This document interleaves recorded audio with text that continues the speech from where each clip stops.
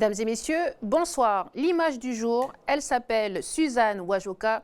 Elle a 15 ans et c'est la première Calédonienne à intégrer l'équipe de France de handball. L'égalité réelle des Outre-mer débattue à l'Assemblée nationale. Le député Philippe Gomès a proposé plusieurs amendements. La proposition sur les tarifs bancaires a notamment fait débat. Le Centre culturel Chibaou accueille le Salon international du livre océanien, un événement consacré à la littérature océanienne. NCTV sera pour la première fois partenaire pour cette 9e édition. Un point tout à l'heure avec notre journaliste en duplex depuis le Centre culturel Chibaou. Les insectes nourriture d'avenir, une question que se posent les chercheurs du monde entier pour faire face à une éventuelle pénurie de viande d'ici 2050. Explication à la fin de ce journal. Le projet de loi sur l'égalité réelle outre-mer devant l'Assemblée nationale, c'était cette nuit pour nous. Philippe Gomès, député de la 2e circonscription, a déposé plusieurs amendements visant à réduire les écarts entre la France et la Nouvelle-Calédonie. Parmi eux, le taux d'intérêt des banques calédoniennes a notamment fait débat. Vanessa Kédé. Il faut que les banques calédoniennes s'alignent dans un délai de 5 ans aux tarifs des banques métropolitaines. Voici l'amendement présenté par le député Philippe Gomès. Il est revenu sur la question des taux d'intérêt applicables en Nouvelle-Calédonie. Ils sont en effet 1% à 4% supérieurs au taux moyen métropolitain. Alors il ne s'agit pas de s'immiscer dans la gestion des banques, parce que je sais que c'est une observation qui a été faite. Il s'agit de tracer une perspective dans laquelle l'ensemble des acteurs essayent de s'inscrire. Tel est le sens de l'amendement déposé. Rejeté déjà une première fois en commission devant l'Assemblée, l'amendement n'a pas fait l'unanimité.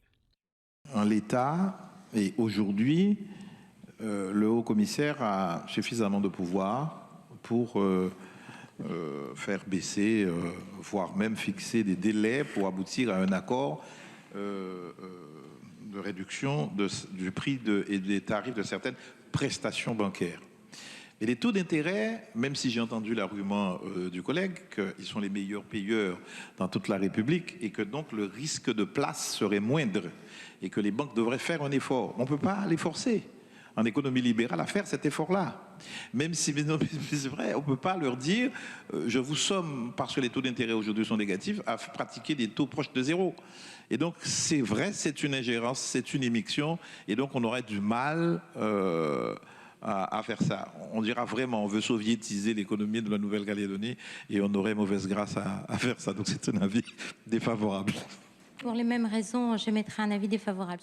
Cela dit, Éric Abaret, ministre des Outre-mer, soutient le fait qu'un deuxième rapport verra le jour dans quelques semaines, afin de créer de nouvelles mesures sur la convergence de ces tarifs bancaires. Donc on aura d'ici la fin de l'année un autre rapport en sus de celui qu'a rappelé la ministre sur les tarifs bancaires, qui sera rendu par l'Institut d'émission d'Outre-mer sur la manière dont ces taux d'intérêt sont aujourd'hui constitués et les raisons pour lesquelles ils sont véritablement aussi élevés. Donc peut-être que sur ces bases-là, je me permettrai de reprendre langue avec le gouvernement de façon à voir si on peut évoluer différemment, mais de manière efficace. Merci. Et donc en attendant, vous retirez votre amendement ? Oui, Monsieur le Président. Un reportage d'Anissa Toussi et non Vanessa Kédé, comme je le disais tout à l'heure. On en a beaucoup entendu parler. Enfin, il est sorti sur grand écran aujourd'hui.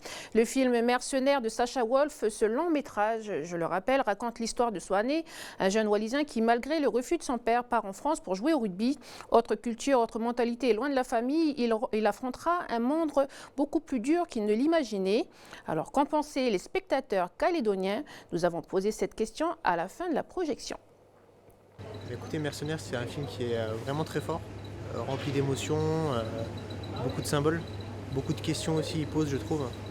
Et ça mérite d'être revu une deuxième fois, je pense, pour approfondir. Et c'est vraiment très très intéressant, très fort en émotions et ça prend au trip vraiment. Non, c'était bien, c'était riche en émotions.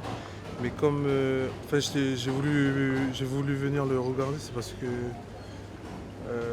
Toki, c'est un mec de mon quartier. Ça, j'ai voulu le regarder. Puis ouais, j'ai trouvé que c'était sympa. Je trouve c'était riche en émotions aussi. C'est pas mal. Il est très bien le film, ça fait chaud au cœur qu'on fait le parcours de ce jeune Wallisien. Enfin, à travers lui, c'est pas que seulement un petit Wallisien, mais c'est tous ceux du Pacifique. Ils partent d'ici avec rien, puis ils reviennent avec tout. Des images de Chloé Yentao et propos recueillis par Marceau Goulan. Le film Mercenaires qui fait parler également de lui dans la presse française. Le Monde estime que si le sport et la fiction font rarement bon ménage dans le cinéma français, Mercenaires fait exception à la règle. Curieux mélange entre culture rubistique, mélo-provinciale, tragédie classique et traité postcolonial, le film a su convaincre la rédaction qui salue le beau culot du réalisateur, ayant recruté pour le rôle principal un jeune premier ne s'étant jamais frotté au cinéma. Pour Libération, le parcours sans concession du héros soigné fait de lui un working class héros d'aujourd'hui, en référence à la chanson de John Lennon. Il s'agit de sans cesse redoubler d'efforts et se dépasser, non pour devenir un dieu, mais pour rester un homme. Et on reste dans la culture avec le SILO, le Salon international du livre océanien. À partir de demain et jusqu'à dimanche, le Centre culturel Tjibaou accueille la 9e édition. Un événement devenu incontournable consacré à la littérature océanienne. Et pour la première fois, NCTV sera partenaire. Océane Zobler, vous êtes sur place. Que pourront voir les visiteurs jusqu'à dimanche? Et oui, pour la première fois, NCTV est partenaire du Salon international du livre océanien. Vous pourrez y découvrir des espaces de débat, de rencontres, mais aussi de nombreux spectacles et des ateliers, avec aussi des séances de dédicaces. Donc beaucoup de monde sont prévus pour les jours à venir. Et puis Océane, l'équipe NCTV sera présente avec des éditions spéciales, c'est ça? Et oui, Falaï, nous allons suivre cet événement sur NCTV avec 3 éditions spéciales grâce à notre beau plateau mobile composé de 3 iPhones et d'une tablette. Alors soyez avec nous les prochains jours, nous allons rencontrer plusieurs auteurs. Pour cette première édition de ce soir, ce sera Christophe Augias, le directeur de la Bibliothèque Bernheim, et Eric Waddell, le biographe de Jean-Marie Tjibaou. Voilà, merci Océane et on se retrouve donc tout à l'heure dès 19h30. Et on enchaîne avec les vidéos qui font le buzz sur la toile. C'est dans le web du Pacifique, préparé ce soir par Stéphanie Marlier.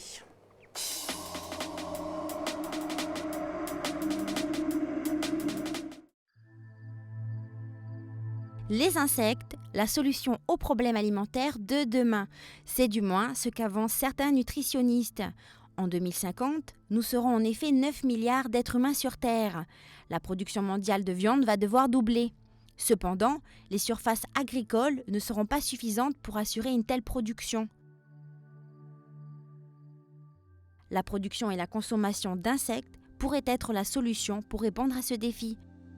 Mais pourquoi devrions-nous en manger? Tout d'abord, car c'est bon pour la santé. Ils sont riches en fibres, en oligo-éléments tels que le cuivre, le fer ou encore le magnésium, mais également riches en acides gras. Ensuite, l'élevage d'insectes est aussi bon pour la planète, car il produit moins de gaz à effet de serre et demande beaucoup moins d'eau. Enfin, c'est un élevage peu coûteux qui peut se faire n'importe où. Il serait donc peut-être temps de mettre nos aversions alimentaires de côté et de goûter. En tout cas, les Calédoniens sont sur le bon chemin car ils consomment tous les ans à Farino le ver de Bancoul.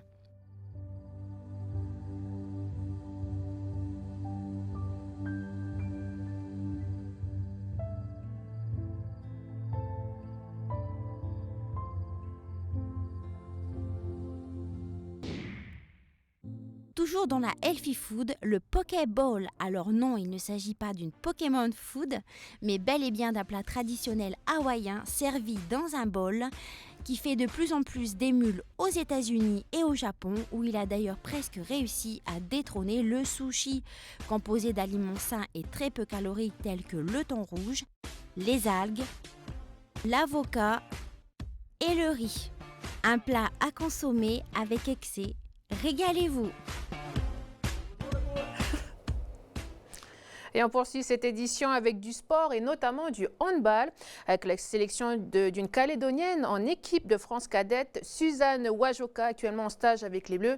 Elle a connu une ascension fulgurante, Jémy. En effet, tout est allé très vite pour Suzanne Wajoka. Il y a un an, elle faisait encore partie du pôle espoir féminin du Pacifique basé en Nouvelle-Calédonie. Regardez ces images, Suzanne Wajoka à l'entraînement avec les autres filles du pôle. elles s'entraînaient pour préparer leur première participation à un Interpol. Comme son nom l'indique, c'est un tournoi qui oppose toutes les sections, donc tous les pôles du territoire français qui dépendent donc de la Fédération française de handball. Et c'est à ce moment-là que les qualités physiques et techniques de Suzanne Ouajoka ont tapé dans l'œil de l'entraîneur du pôle espoir d'Orléans. Donc actuellement, Suzanne est au pôle espoir d'Orléans depuis la dernière rentrée des classes. Elle est actuellement en stage avec l'équipe de France cadette. Je vous propose de l'écouter, c'était quelques heures après son premier entraînement sous le maillot tricolore. On écoute Suzanne Ouajoka. Au début, je suis arrivée ici, j'ai vu toutes les joueuses. J'ai vu aussi que j'étais la plus petite de toutes les joueuses. Elles faisaient toutes 1m80 et moi je faisais 1m69. Et puis bon, je stressais beaucoup. J'avais un peu peur. Mais au fond de moi, je pensais positif et j'avais confiance en moi. Et je sais que derrière moi, il y a toute la Nouvelle-Calédonie. C'était difficile. Parce que je me retrouvais toute seule d'Orléans. Et j'avais toute ma famille en Nouvelle-Calédonie. Je sais qu'il y avait des gens avec qui je peux m'appuyer, mais bon, c'était difficile quand même. Et avec l'hiver qui va arriver aussi, ça va être encore un peu plus difficile. Ouajoka en équipe de France, c'est une première dans l'histoire du handball calédonien, donc une calédonienne en équipe de France. Pourquoi pas le début d'une longue série? On écoute l'entraîneur de l'équipe de France. Si on a les qualités, on peut peut-être avoir sa chance. Alors, ça suppose beaucoup de travail, beaucoup d'envie pour pouvoir faire du haut niveau. Où qu'on soit né, on peut être né en Bretagne, en Alsace, dans le sud de la France, aux Antilles, à La Réunion, en Nouvelle-Calédonie. Pour avoir envie, il ne faut pas hésiter. Suzanne est un bel exemple qu'avec peu de handball, elle a montré des qualités. Et la fédération, au contraire, cherche des joueuses, d'où qu'elles viennent, qui ont beaucoup d'envie et quelques qualités. Après, on verra si tous les ingrédients suffiront avec le travail que va fournir Suzanne pour faire du haut niveau. Et je souhaite et j'encourage toutes les joueuses de Nouvelle-Calédonie à faire le même parcours et de s'offrir la possibilité, qu'elles choisiront ou pas, de pouvoir faire du haut niveau. Félicitations à cette jeune fille et bon courage à elle.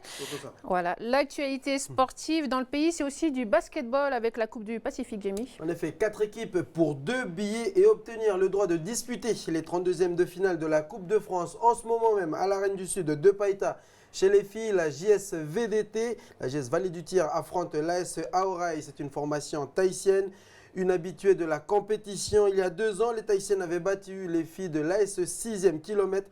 L'AS Aorai, une équipe expérimentée composée essentiellement de joueuses de la sélection tahitienne qui a terminé 3e durant les derniers Jeux du Pacifique en Papouasie-Nouvelle-Guinée et qui devra tout de même se méfier d'une équipe de la Vallée du Tir en quête d'exploit.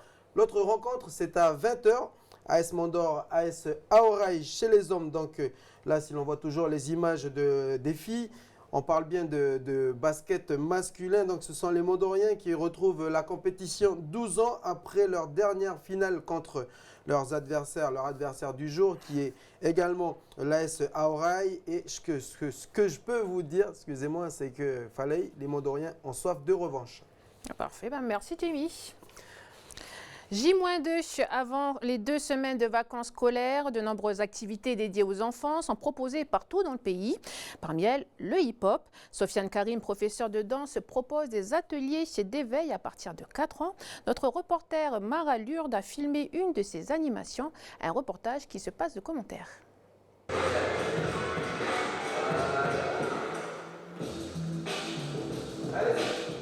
Les vacances scolaires, c'est pour certains enfants l'occasion de pouvoir venir expérimenter des choses qu'ils ne font pas habituellement pendant l'année, notamment la danse hip-hop, comme là c'est le cas pendant les vacances artistiques sur ce stage vacances.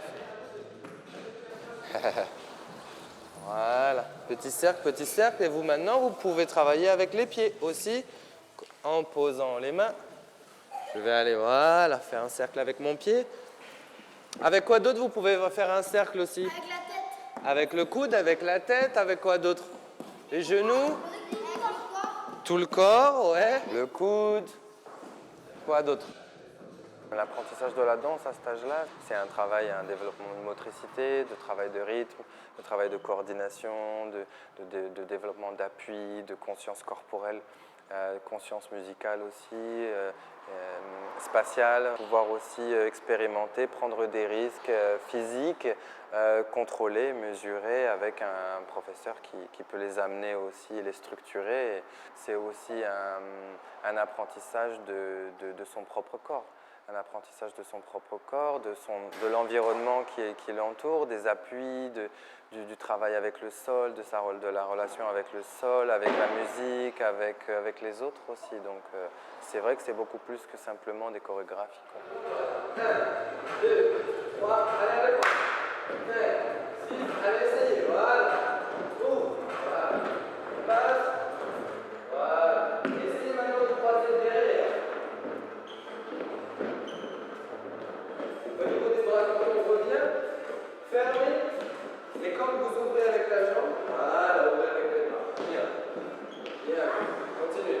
Voilà. Allez-y, allez-y. Bien connaître son corps, on peut aussi développer plus d'assurance, on peut être plus à l'aise, on peut être plus à l'aise avec soi-même, mais on est aussi plus à l'aise avec les autres.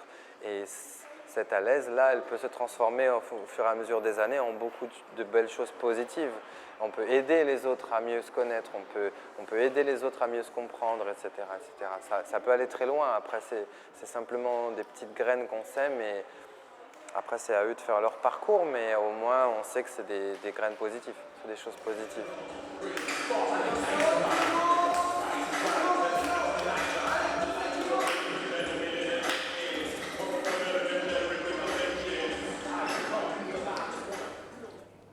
Voilà, c'est la fin de ce journal. Tout de suite, retrouvez un épisode de Sam et Maïté, reporter. Et puis à 18h30, ne ratez pas votre émission Les coulisses rock'n'roll ce soir avec le festival Black Woodstock, préparé par Michel Pimbé et Mathieu Le Barbier. Et enfin à 19h30, édition spéciale Silo avec Océane Zobler. Voilà, merci de nous avoir suivis. Excellente soirée à vous. À demain.